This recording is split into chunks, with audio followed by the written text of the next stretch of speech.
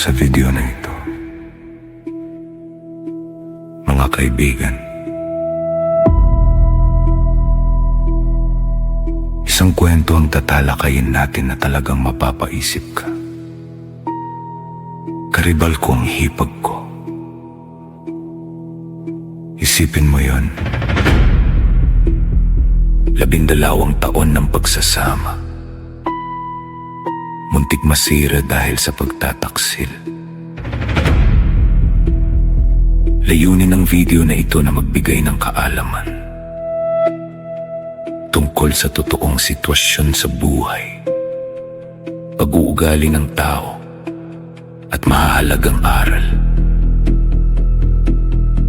Habang pinapanood ko ito, ramdam na ramdam ko yung sakit ng asawa. Yung tipong ibinigay mo na ang buong tiwala mo. Pero sa huli, sa loob pa mismo ng pamilya manggagaling ang panloloko. Hindi lang ito simpleng problema ng relasyon. Ito ay usapin ng respeto, tiwala, at moralidad. At dito pa lang,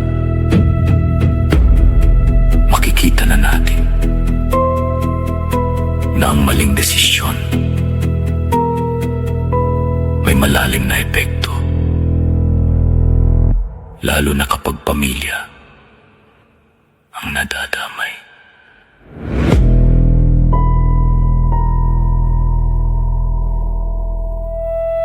Ma'am Judy Ann, una po sa lahat, ilang taon na po kayong kasal ni Mr.? 12 years po. 12 years. Balita namin, kilala nyo rin yung bagong kasintahan ni Mr. Ha? Sino ba to? Asawa ng kuya niya. Paano nyo po nalaman, Ma'am Judy Ann? December 19, may screenshot po sa cellphone ng asawa ko na conversation nilang dalawa, number nung babae. Tapos, sinabihan niya yung asawa ko sa chat na mag-delete po yung asawa ko daw para hindi kami mag-away. Baka makita ko po kasi yung chatan nilang dalawa. Ano po kaya yung kailangan i-delete? Yun lang po yung unang nahuli ko. Then, December 23 po, parang may confrontation na po na nangyari. Ako po yung pinalis ng asawa ko dito sa amin. Pinalabas po na hindi po lahat ng accusation ko. Pero nung nahuli ko po February yung cellphone na pinag-communication nila, andun din po lahat nung until nung December 23 na nahuli ko sila na yung may confrontation na andun lahat ng conversation nila tungkol sa akin, tungkol sa relasyon nila. Yung mister ninyo ngayon, asan? Sa labas po. Yung babae, asan? Nasa Pangasinan din ba? Nasa Hong Kong po. Pero nung unang nangyari yung confrontation, nandito pa po siya. December 28 yung pag-alis niya. Okay. Pero December 23 nangyari po yung unang confrontation sa kanilang dalawa. Pero ito po ba alam na nung kapatid ng mister po ninyo? Siguro po, tinawagan na rin po siya Tapos sinabi na rin po ng mother-in-law ko. Ano po sabi nung kapatid? Hindi ko lang po sure, sir, kasi hindi ko pa po siya nakakausap. Sir Jude, magandang hapon po sa inyo. Magandang hapon po din po. Sir Jude, inaamin niyo po ba na may relasyon kayo nitong si Robenalin? Kung anong nandyan po, yun na lang po yung kung anong nandyan. Kung ano na lang yung nandun, yun na lang. Yung sinasabi ni Sir Jude. Kasi ito, inabot sa akin ngayon, may mga Opo. messages po dito, Ikaw ba to nagsasabi ng I love you, asawa ko? Tapos may mga video call ninyo? Oo. Ano pong meron sa inyo nitong asawa ng kapatid ninyo? Basta kung ano lang yung center, yun lang yung sabihin pag ganito Nandito po sa linya yung misis po ninyo. At syempre, Opo. karapatan din niyang malaman, maliwanagan kung Alam ano niya ba na- talaga yung namamagitan sa inyo nitong si Robenalin Castañeda. So, kung mabibigyan mo kami ng kaliwanagan sa ngayon, edi mas mabuti sa lahat. Kasi nakita rin naman natin yung mga conversations ninyo. Ang pangalan nga ni Rubenalin sa phone mo, mahal ko. Meron pang loves. Basta pag nakaalis ka na, mag-usap kayo, wag hiwalayan usapan natin yan, loves. Nahuli ka na po ng misis po ninyo. So, Opo. kung ang sinasabi po ninyo is kung ano na lang ang nakalagay dyan sa conversation, yun na din mismo. Kung ganun po, malinaw na talagang may relasyon kayo nitong asawa ng kapatid po ninyo. Bakit nyo naman ginawa yan? tatanggapin ko na kung ano yung parusa sa akin po. Pero minsan kailangan din natin ng explanation bakit mo ginawa yun sa misis mo, sir. Habang lumalalim ang kwento, mas mas nagiging malinaw ang katotohanan. May relasyon ng mister at ang asawa ng sarili niyang kapatid. Ngayon, himayin natin. Bakit nangyayari ang ganito? Sa psikolohiya, kadalasan, nag-uugat ito sa kakulangan ng malinaw na hangganan sa emosyon at disiplina sa sarili. Kapag hindi marunong mag-control ng damdamin o tukso, mas nagiging madali ang pagpasok sa maling sitwasyon. Yung mga ebidensya, mga mensahe, video call, hindi ito simpleng pagkakamali, kundi serye ng mga desisyon. Dito natin makikita na ang pagsisinungaling ay hindi lang minsanang pagkakamali, kundi paulit-ulit na pagpili na manakit ng kapwa. Yun yung hinahanap ng misis mo, sir. Gayon din po sa kapatid nyo. Nagkagawa din siya ng mali. Ano pong mali yun, sir? Nakapag-relasyon siya sa kapitbahay namin na dito rin sila nagkagawa ng kamulit yan. Dito sa bahay ko. Ma'am Judy, gumawa ka rin daw po ng kasalanan. Sa bahay nyo din daw po ata. Ang tagal-tagal na issue na po yan, ma'am. Dalawa pa lang yung anak namin, ma'am. Almost ilang taon na yung pangalawang anak ko, 9 years old na. Tapos, ang tagal-tagal na issue na yan, tapos wala naman po siyang evidence na. Tapos, ayan po yung binibring out niya dito ngayon. Ang tanong lang naman po sa kanya, yung sa kanila ni Ruby. Ma'am Judy, ang lumalabas ngayon dito, etong mister po ninyo, naghihiganti lang sa inyo. Kung ganun yung sabi niya na Okay. nakagawa ako, bakit niya po ako tinanggap? Bakit po andito ako ngayon? Bakit asawa ko pa rin siya hanggang ngayon? Ma'am, sino po ba yung pinagdududahan or pinagkakamalan ni Sir Jude na naging kasintahan nyo rin siguro? Hindi lang po. Sa kanya, kung sino po. Talagang mismong bahay ko pa po. Andyan pa po ako na natutulog. Pag natulog ako, tapos nila gagawin. Ang nangyayari ngayon is naghihiganti ka lang. Hindi naman po. Maliban dun sa sinasabi nyo, ano pa po ang ebidensya nyo? Kasi dito, sir, meron siyang ebidensya. Nagpapadala pa po kayo ng GCash. Wala po. Ang babae, actually ma'am, yung babae yung nagpapadala ng Gcash sa asawa ko. Yung babae po mismo ang nagpapadala. 1.6 pa, attorney. Sa po na ginagamit Sa niya. bagay, mahal lang kita talaga siguro. Mag-uumpisa ka na asawa. Ma'am Alicia, magandang hapon po. Nabalitaan nyo na po ba itong nangyaring kalokohan ng isang anak ninyo? Ilang beses na po na nahuli sila pero ayaw nilang aminin na dalawa. Lagi pong idinadive yung problema either sa akin o kay Judy Ann. So inaaway-away nila kami. Tapos, recently lang, nung nakaraang buwan lang, nahuli ko yung My Day na minaydi mismo ni Rubina Lintas Tanyeda. Tapos, nag-message ako sa kanya, pinadala ko yung mga yung ID niya. Hindi po niya inamin unless galit pa siya sa akin. Binlock niya yung binlock niya ako sa cellphone niya. Sino ba naman po ang magagalit na hindi magagalit na ina na malalaman po pala na totoo pala yung mga kinikwento ni Judy Ann sa akin. Ma'am Alicia, ano po ba yung in-upload sa My Day?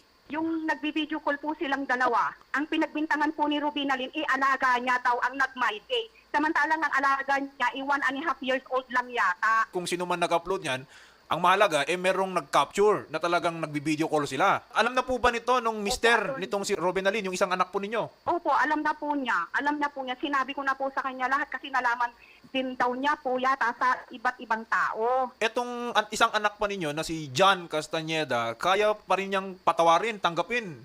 Etong si Ma'am Robin Alin. Opo, yata. Opo, pero as a mother attorney, ayaw ko na po siyang tanggapin. Ibinabalik ko na po sa mga magulang niya. Hindi na po pwede. Kasi sa dami-dami din po ng mga utang niya na kami po ang nagbayad. Paulit-ulit lang po yun, attorney. Hindi siya tumitigil umutang ng umutang. Bukod po dyan sa mga problema ng utang, kung tutuusin, sinisira na niya yung pamilya ninyo eh. Dalawa pong pamilya ang nasira. Ang sakit-sakit sa isang ina. Dalawang anak ko, dinuhog siya. Hindi na siya nakakita ng ibang lalaki. Bakit anak ko pa? Yun ang masakit, sir eh. Maluwag ang buhay niya. Mga bata na sa akin. Umuutang, binabayadan namin. Hindi na ba siya nahihiya? Sana siya gumawa ng kakapalan ng mukha. Ito naman din anak kong isa. Bakit pinatulan niya? Asawa ng dumayo ng masakit. Ang daming babae, nak. Ang daming babae. Wag lang sana siya. Anong akala niyo sa akin? Walang damdamin? Nakikita ko kayo nag-aaway-away. Dalawang anak ko gusto pang magpatayan kung sakasakali. Nasaan na ako? Binuhay ko kayo tapos ganyan lang?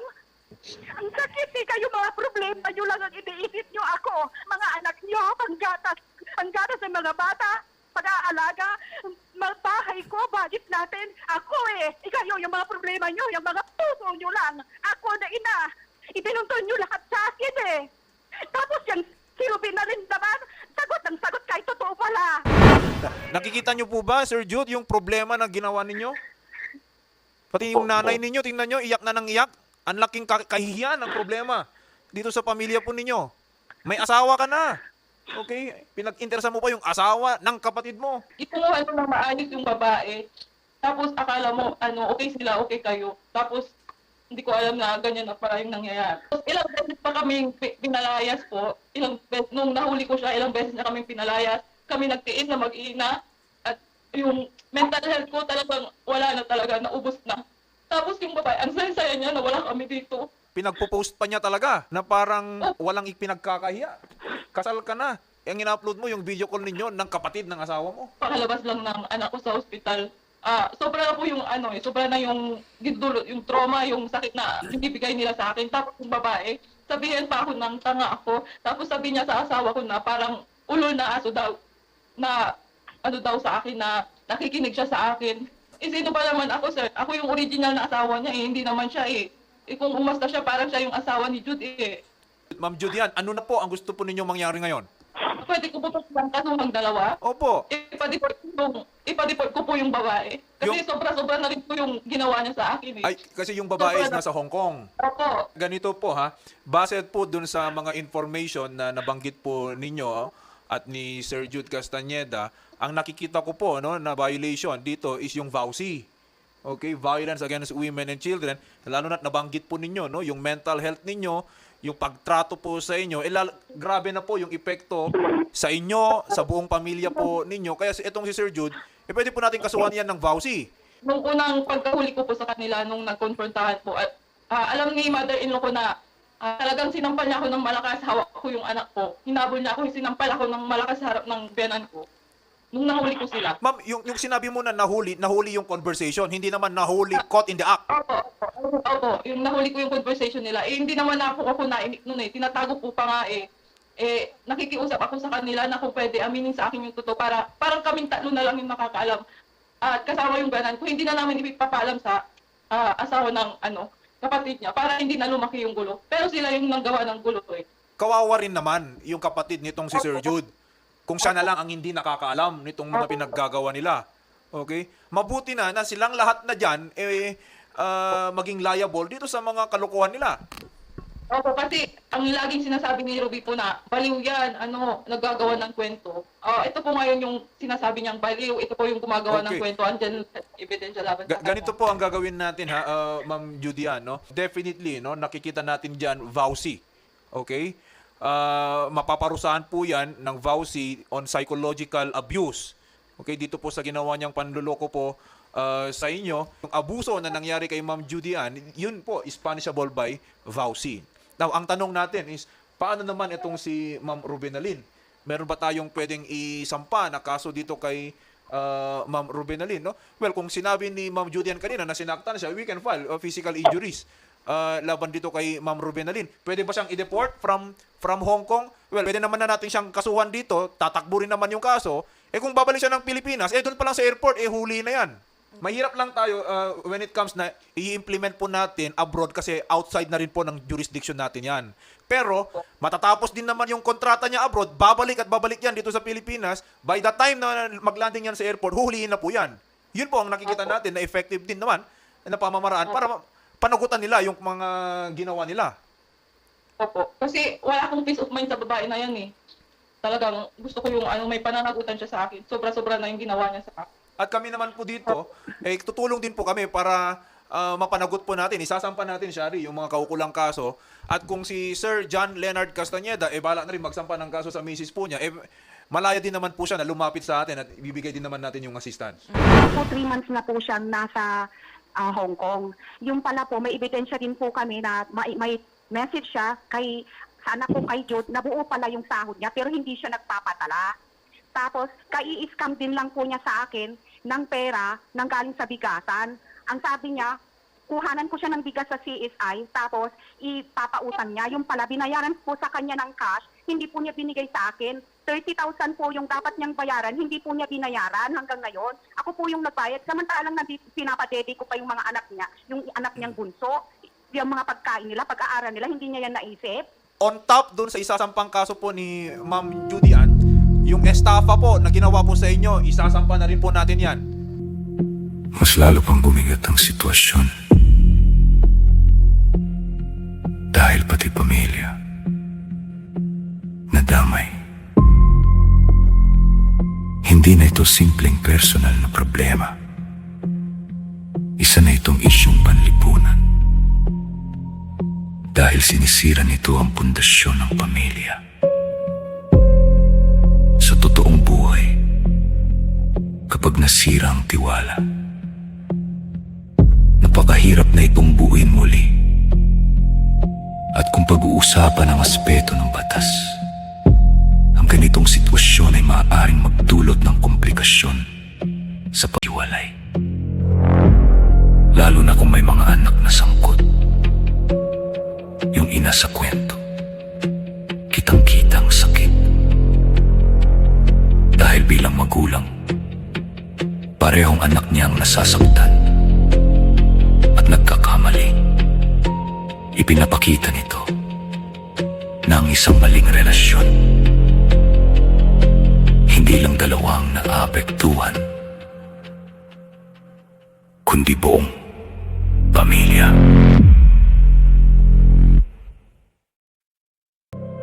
Isa sa pinakamatinding epekto ng kwentong ito ay ang tama sa kalusugang pangkaisipan ng asawa. Sa psikolohiya, ito ay tinatawag na betrayal trauma. Isang uri ng sakit na napakabigat. Dahil galing ito sa taong pinagkatiwalaan mo.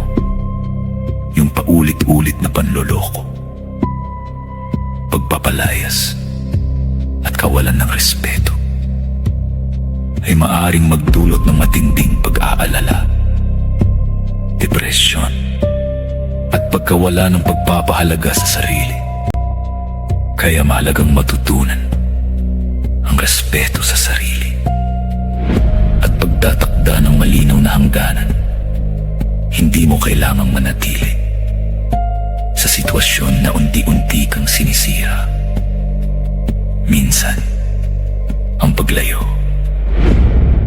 ay hindi kahinaan, kundi isang matapang na hakbang para protektahan ang sarili at ang iyong mga anak.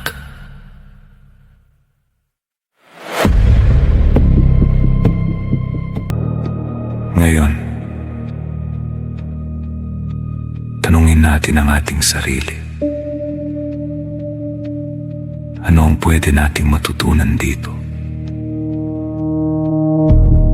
Una, ang tiwala ay napakahalaga.